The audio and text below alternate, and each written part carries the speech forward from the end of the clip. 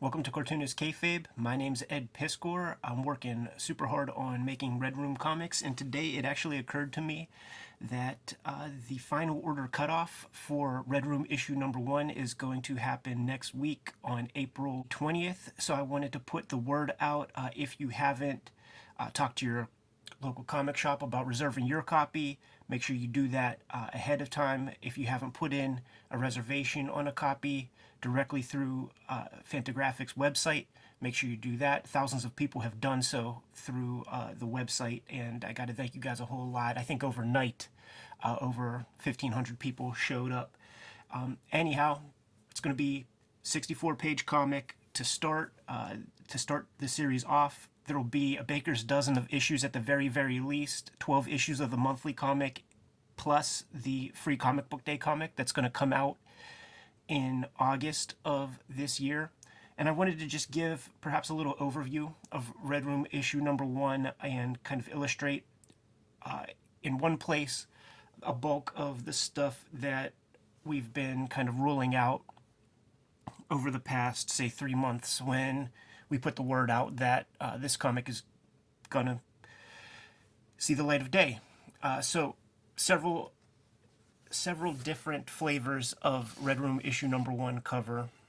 You know, this is the standard kind of retail copy that you'll get. This will be the most common one. When you go into the comic shop, this is the one that you'll certainly see on the racks. But a bunch of comic shops started to ask us about retail incentive variant covers, and when we looked into it, because we had no idea what the heck that meant, we thought, why not? If that's how the game is played, we'll play that game. And this is the Ed Piskor variant. Obviously, I'm grinding hot and heavy with a pretty rigorous schedule of producing about 28 pages every 30 days. So this cover plugs in comfortably with the original template that we set up for the issue 1 cover. I think at a level of 5 copies that are sold, a retailer is going to be able to purchase one of the Eddie P variants. When a dozen copies are sold, they can get their hands on the Jim Rugg by way of Dan Clowes April issue 1 homage variant. And here's the Peach Momoko variant that is being sold after a retailer purchases 20 copies. If you don't mind, I'd like to give a little overview of this issue specifically. You could tell off the bat that the aesthetic is kind of different than the stuff you've seen from me in the past, because I'm playing around with what's called duotone. Tongue-in-cheek, Jim and I talk about outlaw comics. A very long time ago, I put a tweet out into the universe showing off comics like Faust, The Crow, Dragon Chang, The Crow, Caliber Presents number 1, and I asked, or I just suggested, we need a name for this kind of comics, because it definitely is of a piece. There's a certain kind of connective tissue between all of these kinds of comics, and there are other stuff too, man. Eric Talbot's Ninja Turtles work, Michael Zulli's work, Guy Davis Baker Street, when he starts cooking, fits the outlaw aesthetic. A bunch of people came forward and were like, there's already a title for it. Never really caught on in 1992 or something, but outlaw comics was the term.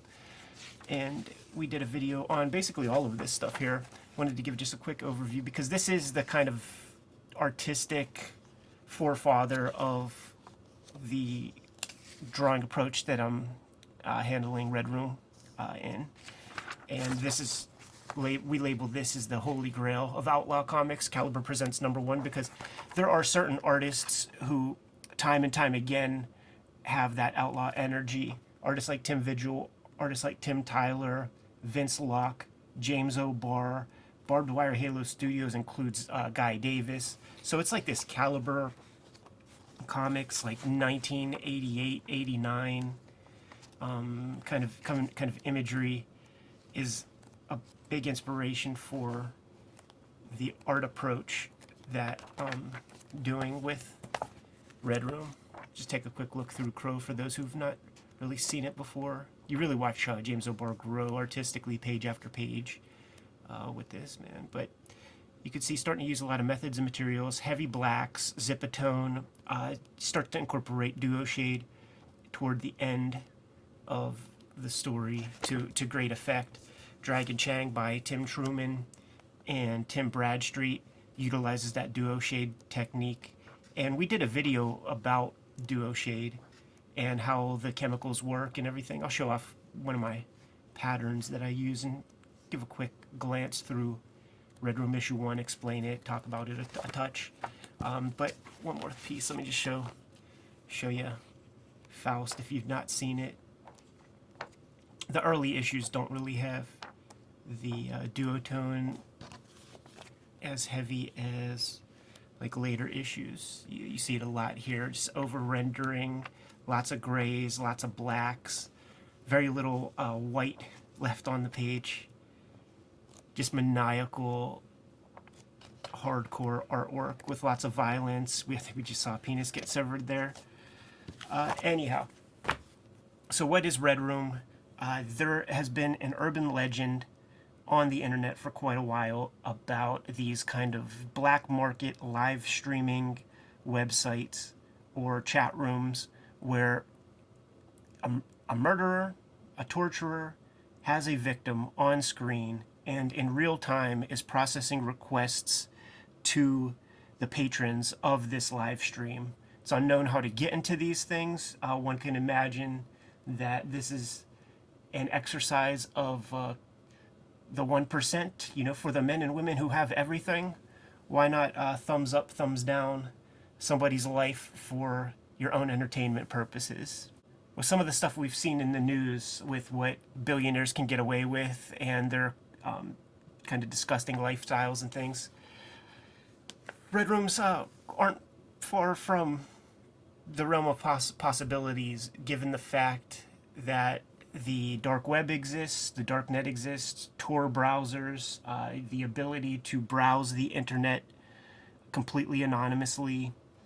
Bitcoin and other cryptocurrencies kind of obfuscate the traditional paper trail that law enforcement usually uses as a tool to track down their targets.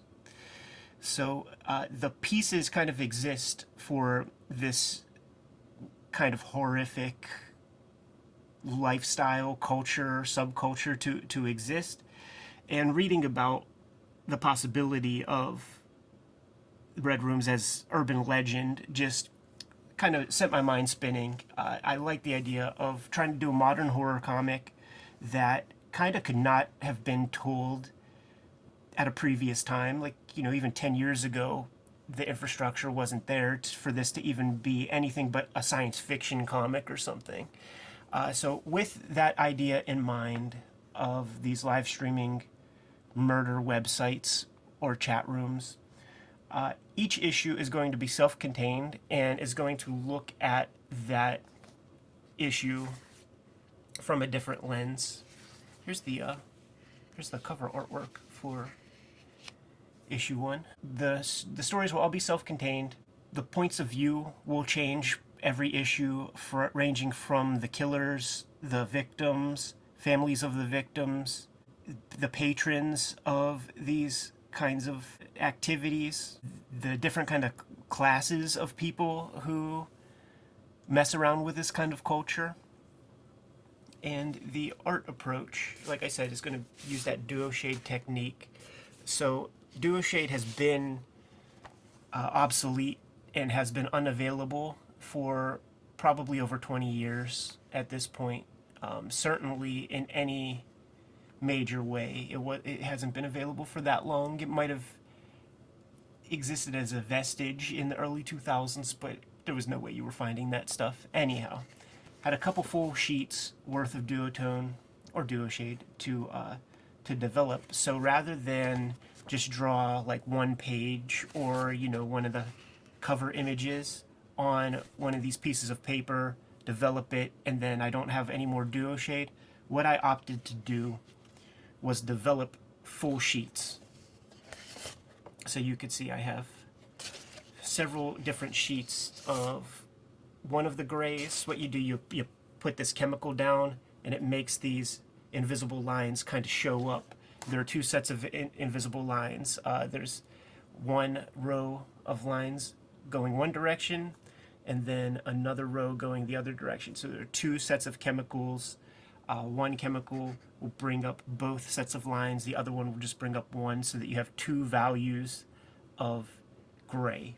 What I ultimately ended up doing was scanning in these full sheets so that I could use them infinitely for my comics. Thought we could take a quick look at issue 1, why the heck not, and give you guys a little bit of the scoop for what this is. And by the way, like, if you go on my Patreon right this minute, you could read issue 1 in an unedited kind of fashion.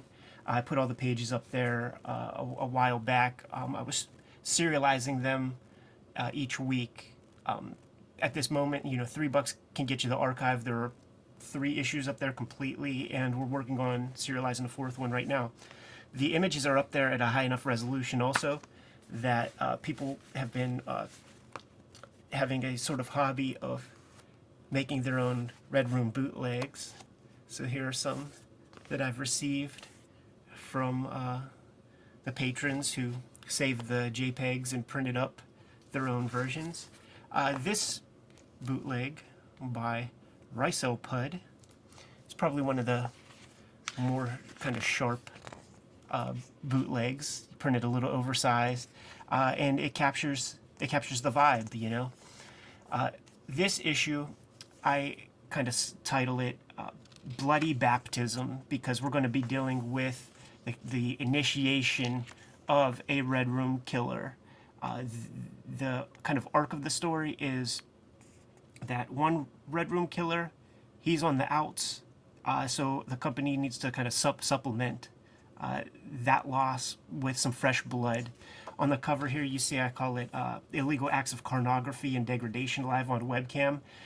You know, those cam girl websites are one of the things that came to mind. And pornography, high churn rate for that kind of business. Somebody who is very prominent in that field today is yesterday's news, you know, the following day. So I imagine that that's the same thing in the Red Room world, where people get bored with their old killers and they want to see new gimmicks, new costumes, new energy.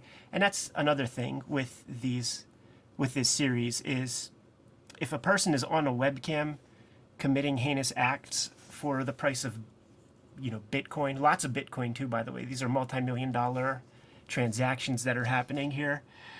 You probably don't want even a hint of your skin color to show to the audience, for fear of giving some very small opportunity for law enforcement to have any kind of narrow focus. You know, like even your skin color narrows things down infinitesimally small, but you get the picture. Here, I mean, with these gray tones, you could see how the application of the duotone boards and how I'm able to get all of these different kinds of values. This issue is 64 pages, kind of as a consequence of the Todd McFarlane shoot interview that we did, because his promotion of having books out on the stands regularly spoke to me directly. And what I was going to do was tell this one story over the course of 4 issues. And I decided that's not the way to go. Like, start off with a bang, have a nice, big, complete arc, complete story. This is Hazard Paleface. We have to play with the cliches of horror, because that's what would get the audience the cheap pop who would watch this stuff. You know, killer clowns, doctors, farmers, all of those kinds of things have to be exploited in this kind of realm to set yourself apart from the others. Jimmy and I are going to do a more comprehensive director's commentary when I get the actual issues. This character right here, Poker Face, is quickly becoming the Boba Fett of Red Room. I've seen amazing cosplay. There's a tattoo of this existing image on a young lady's upper thigh, and those images are going to show up in issue 1 in the back, a place that I'm going to be calling the Gore Gallery, where I'm soliciting fan art, kind of old school, like in the Spawn comics, the Savage Dragon comics back in the day. Gonna allocate a couple of pages every issue for the gore gallery so that you guys could do your own interpretations of the Red Room All-Stars, the torture celebrities, the murder celebs. And I like the idea of seeing cosplayers menace around the inevitable future comic conventions that we're going to be having. This is certainly an homage to the Billy Kincaid Spawn issue number 5, where Spawn gets hold of the ice cream man and does his business with him. But I wanted to try to do my own kind of grosser version. Like, look at those baloney nipples. Anyhow, Red Room issue 1 is going to be coming out next month in mid-May. That means that we have to hit the print button on these comics next week, after April 20th, which I think is Tuesday. That's when all the final orders are tallied. We have to send that number onto the printer, and we got to make this thing a go. You know, like, these comics are going to be delivered in mid-May. There are 5 issues of the regular series complete. The free comic book day is complete. As soon as I turn this camera off, I'm going to be knee-deep in working on the second issue of the second arc. And things are on track for this to be, you know, a successful, popular comic. You know, tens of thousands of these things are definitely being printed. And I have to thank you guys in a big way for getting the word out. But you can't take for granted that your comic shop is just going to stack these comics. Certainly after the crazy year of 2020 that we've all had, you know, having the Cartoonist Kayfabe channel, having the ability to broadcast to our wide audience that Red Room exists, is certainly going to help sell copies. But once again, you can't take for granted that your comic shop is just going to have these comics on deck. So you have to let them know, and you have to let them know by this weekend that you want a copy. You get it put on your pull list because it'll be coming out on a monthly basis. Thank you guys who have supported the comic already. Thank you guys who are going to support the comic in the future. There are a lot of comics to draw. I think I'm only about 50% done, and the stack of pages that I have done at this very moment is about that much. So I have to multiply that by 2, and then Red Room will be complete, at least for that first year, because, guys, to be honest, for every story I create, there are 4 or 5 other possibilities. And if this thing is popular enough, I might just keep things going. You know, we'll see. But that is the cart before the horse, because I have another probably 150 pages that I have to work on. I'm going to get to that right this minute. So if you haven't done so, put in a reservation at the Fantagraphics website in my link tree in the description below. Otherwise, hit up your comic shop, and you could expect these comics to hit the store promptly in mid-May.